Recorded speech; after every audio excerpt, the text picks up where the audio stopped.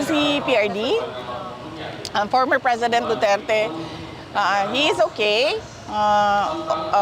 Lately, most of the time, katong sa pagbisita nako, he was always in a good mood. There was only once na dili siya in a good mood. And wala na lang po ko nangutana kung ano, na bad mood siya. And he was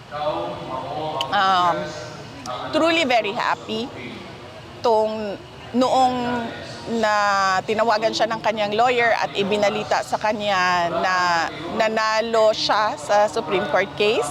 Kasi isa siya sa mga lawyers ko doon sa Supreme Court at binalita sa kanya na sinabi niya sa kanyang lawyer na mag-relax daw siya for one day. Hindi daw siya mag-meetings at hindi siya mag-physical therapy dahil gusto niya daw i-enjoy yung moment na nanalo yung kaso sa Supreme Court.